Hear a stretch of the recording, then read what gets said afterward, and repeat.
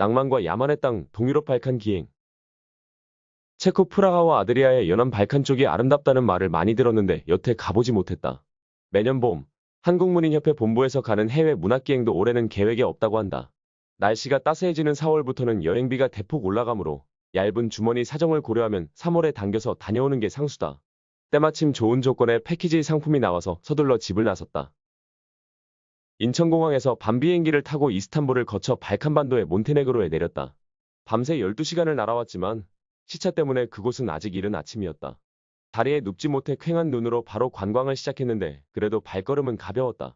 발칸은 원래 산맥이란 뜻인데 험준한 산악지대로 이루어진 슬로베니아, 루마니아, 이남 그리스까지를 발칸반도라고 한다. 화창하고 온화한 날씨에 올리브 나무가 잘 자라는 땅이지만 세계의 화약고로 불릴 정도로 민족 분쟁이 끊이지 않는 곳이기도 하다.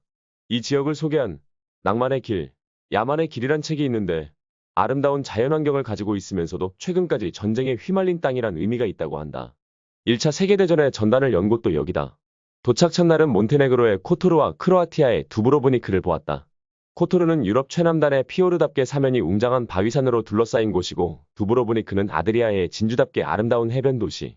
두 도시의 성벽이나 주택 여기저기 총탄 자국이 남아있었는데 모두 유고슬라비아에서 분리 독립할 때 치른 전쟁의 상흔이었다. 이 지역은 건조하고 척박한 산지로 가난하고 문명의 발달이 늦어 일찍이 로마 제국과 베네치아, 오스만 투르크의 식민 지배를 받았다 한다. 둘째 날 계속 북상하여 크로아티아 제2도시 스플리트에 왔다. 이곳은 발칸 출신으로 로마 황제에 오른 디오클레티아누스의 고향인데 은퇴 후 살기 위해 지었다는 궁전 유적이 볼만했다.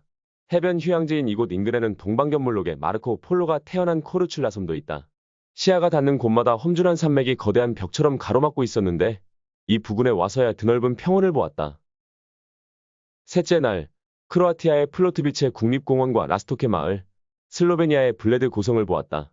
플로트비체는 중국 구체고의 비할 바는 아니지만 청정호수와 폭포가 볼만했고 라스토케 마을은 서방의 무릉도원이라 일컬어도 손색이 없을 정도로 아름다운 물의 천국, 블레드 고성은 흰눈을 머리에 인 알프스를 배경으로 호수 절벽 위에 지어진 유석 깊은 방어 요새였다. 풍광이 아름다워 티토의 별장이 있었고 지금은 현지인의 신혼여행지란다.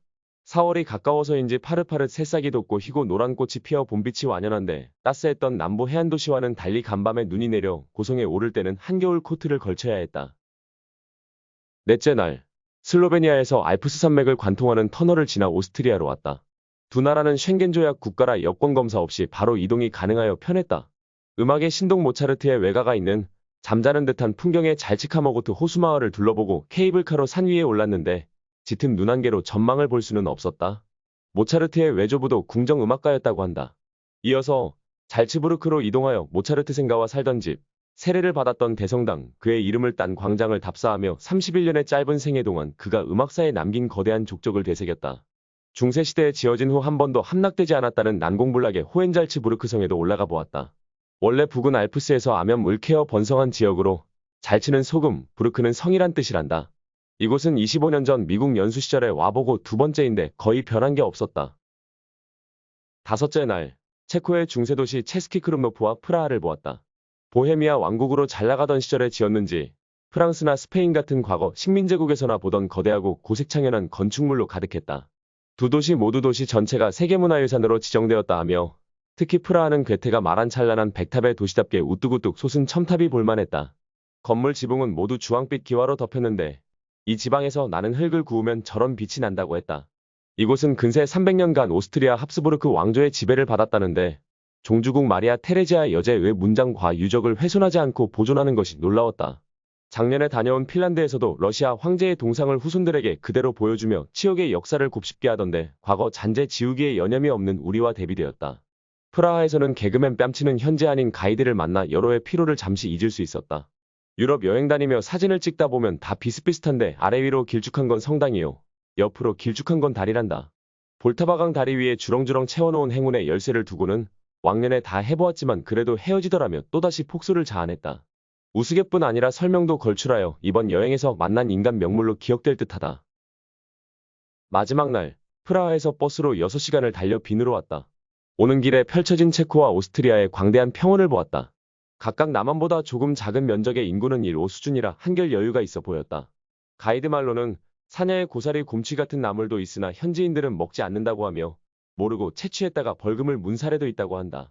또 오스트리아에서는 공공장소에서 마스크를 쓰면 300유로 벌금을 무니 조심하란다.